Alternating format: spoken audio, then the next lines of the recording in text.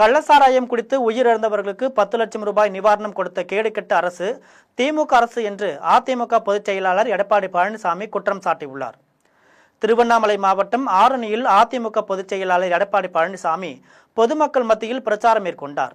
அப்போது அவர் பேசியபோது மு.க. ஸ்டாலினுக்கு 2 நாட்களாக தூக்கம் போய்விட்டது என்றும் அதற்கு காரணம் ராசா ஆடியோவில் பேசியதை கேட்டு அதிர்ந்து விட்டார் என்றும் தெரிவித்தார். கருணாநிதி வீட்டுக்கு சிறையில் அடைக்கப்பட்டிருந்தார் என்றும் அந்த ஆடியோவில் ராசா கூறியது தொடர்பாக விசாரிக்கப்படும் என்று கூறினார். திருட்டு ரயிலில் வந்தவருக்கு இவ்வளவு ரோஷம் என்றால் விவசாயியாக பிறந்து உழைத்து வந்த தனக்கு எவ்வளவு இருக்கும் என்று எடப்பாடி பழனிசாமி கருணாநிதியை சுட்டிக்காட்டி ஆவேசமாக பேசினார். கள்ளசாராயம் குடித்து உயிரிழந்தவர்களுக்கு 10 லட்சம் ரூபாய் நிவாரணம் கொடுத்த கேடுகட்ட அரசு திமுக அரசு என்று குற்றம் சாட்டினார். கொரோனா காலத்தில் கர்ப்பிணி தாய்மார்கள், மாற்றுத்திறனாளிகள், முதியோர்கள் என நாளொன்றுக்கு 7 லட்சம் பேருக்கு அம்மா உணவகம் மூலம் 3 வேளை உணவு நேரடியாக வீடுகளுக்கே சென்று அதிமுக ஆட்சியில் வழங்கப்பட்டது என்று தெரிவித்தார்.